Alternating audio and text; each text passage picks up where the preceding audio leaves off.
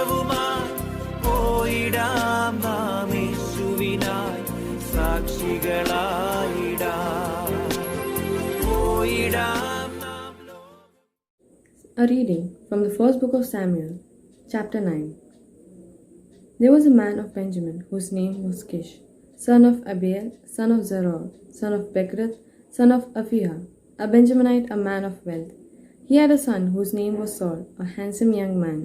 There was not a man among the people of Israel more handsome than he. He stood head and shoulders above everyone else. Now the donkeys of Kish, Saul's father, had strayed. So Kish said to his son, Saul, take one of the boys with you, go and look for the donkeys. He passed through the hill country of Ephraim and passed to the land of Salisa, but they did not find them, and they passed to the land of Shalim, but they were not there. Then he passed to the land of Benjamin, but they did not find them. When they came to the land of Zuph, Saul said to the boy who was with him, let us turn back, or my father will stop worrying about the donkeys and worry about us. But he said to him, there is a man of God in this town.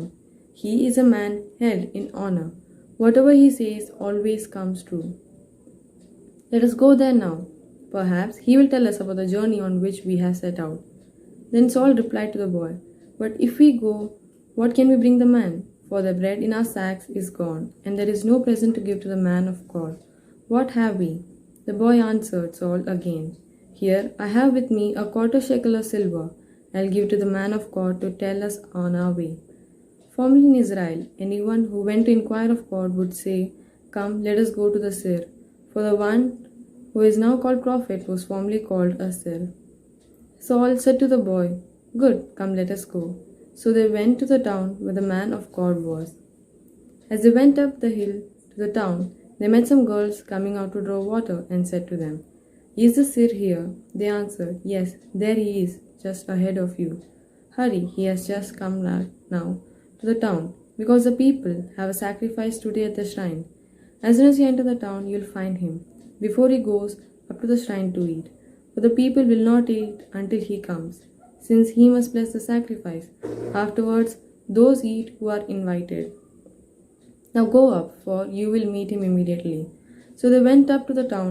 As they were entering the town, they saw Samuel coming out towards them on his way up to the shrine. Now the day before Saul came, the Lord had revealed to Samuel, tomorrow about this time I will send to you a man from the land of Benjamin. You shall anoint him to be the ruler over my people Israel. He shall save my people from the hands of Philistines, for I have seen the suffering of my people, because the outcry has come to me. When Samuel saw Saul, the Lord told him, here is the man of whom I spoke to you. He it is who shall rule over my people. Then Saul approached Samuel inside the gate and said, tell me please, where is the house of Seer? Samuel answered Saul, I am the Seer. Go up before me to the shrine, for today you shall eat with me. And in the morning I will let you go and will tell you all that is on your mind.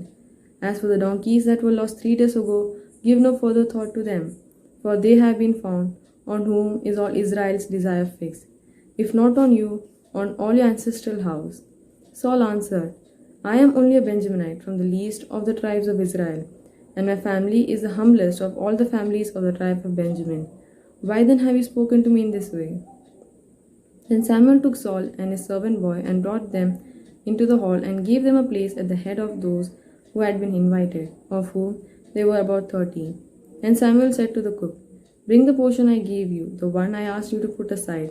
The cook took up the thigh and what went with it and set them before Saul. Samuel said, see, what was kept is set before you. Eat, for it is set before you at the appointed time, so that you might eat with the guests. So Saul ate with Samuel that day. When they came down from the shrine into the town, a bed was spread for Saul on the roof, and he lay down to sleep. Then at the break of dawn, Samuel said to Saul upon the roof, get up, so that I may send you on your way.